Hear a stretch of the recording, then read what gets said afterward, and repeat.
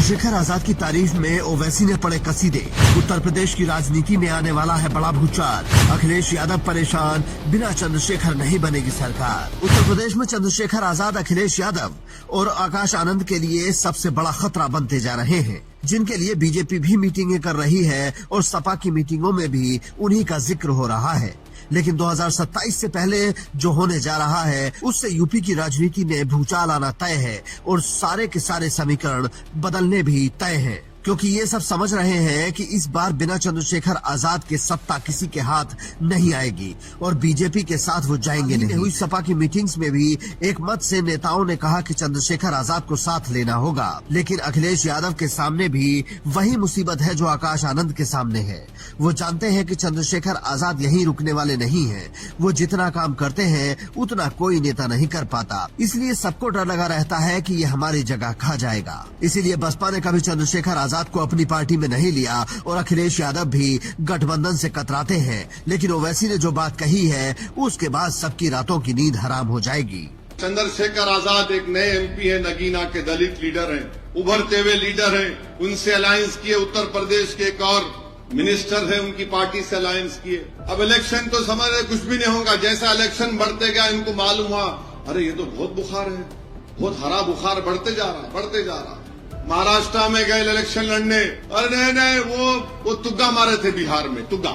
बोले ठीक है तुग्गा मारे, देखो अब छक्का मारते यहाँ पे। ओवैसी ने इशारों में साफ कर दिया कि हमने गठबंधन करके बिहार में जो किया वो यूपी में भी करने जा रहे हैं। दरअसल बिहार में ओवैसी की पार्टी का चंद्रशेखर आजाद के साथ गठबंधन था, लेकिन चंद्रशेखर आजाद ने कभी क्रेडिट नहीं लिया और इसी बात ने शायद ओवैसी का दिल जीत लिया। वो मानते हैं कि चंद्रशेखर आजाद उभरते हुए लीडर हैं। अब सोचिए, अगर हजारों किलोमीटर दूर बैठा नेता ये समझ रहा है तो क्या यूपी वालों को समझ नहीं आ रहा होगा? बिल्कुल आ रहा है, लेकिन चंद्रशेखर आजाद की स्पीड उनकी घबराहट की वजह है और बदलते समीकरण उन्हें सोने नहीं दे रहे हैं। कैसे, वो भी समझ लीजिए। 2011 की जनगणना के मुताबिक यूपी में मुसलमानों की जनसंख्या 19.26% थी, लेकिन अब ये संख्या बढ़कर 22 से 24% होने का अनुमान है, जबकि दलितों की आबादी भी करीब इतनी ही है। ये दोनों मिलकर 45% हो जाते हैं, जो सरकार बनाने के लिए काफी है और इसी फॉर्मूले से चंद्रशेखर आजाद ने नगीना जीता है। इसके अलावा ओबीसी में भी चंद्रशेखर आजाद ने सेंधमारी की है।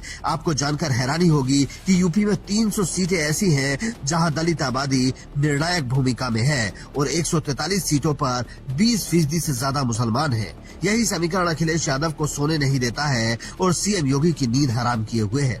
हो सकता है कि इस चुनाव में चंद्रशेखर आजाद केवल किंग मेकर की भूमिका में हो, लेकिन जानकार मानते हैं कि अगर वो ऐसे ही मेहनत करते रहे तो मुख्यमंत्री की कुर्सी ज्यादा दिन तक दूर नहीं रहेगी, क्योंकि बसपा में बहन जी के बाद कोई और दिखाई नहीं देता। आकाश आनंद की बार हो रही लॉन्चिंग फेल साबित हुई है और यूपी में हुए उपचुनाव ने ये साबित कर दिया है कि चंद्रशेखर आजाद 2027 में केवल दर्शक नहीं रहेंगे। सोचिए, अगर ओवैसी और चंद्रशेखर आजाद का गठबंधन होता है और मुस्लिम दलित वोटर थोड़ा सा भी कंसोलिडेट हो गया तो कितनी सीटें जीती जा सकती हैं। वैसे भी मुसलमानों में से ये आवाज उठ रही है कि सपा को 90% से ज्यादा वोट देकर देख लिया, तब भी कुछ नहीं बदला और जब कोई मुसीबत आती है तो वो एसी से बाहर नहीं निकलते। आजम खान के तिरस्कार का मुद्दा भी मुसलमानों के बीच बड़ा है। लोगों का मानना है कि बुरे वक्त में सपा ने आजम खान का उस तरीके से साथ नहीं दिया जिस तरीके से देना चाहिए था, लेकिन चंद्रशेखर आजाद लगातार उनसे मिलते रहे हैं और हर दिन दोनों की करीबी बढ़ रही है। आप भी कमेंट करके बता सकते हैं कि क्या इस बार चंद्रशेखर आजाद के बिना कोई सरकार नहीं बनेगी, और ये भी बता सकते हैं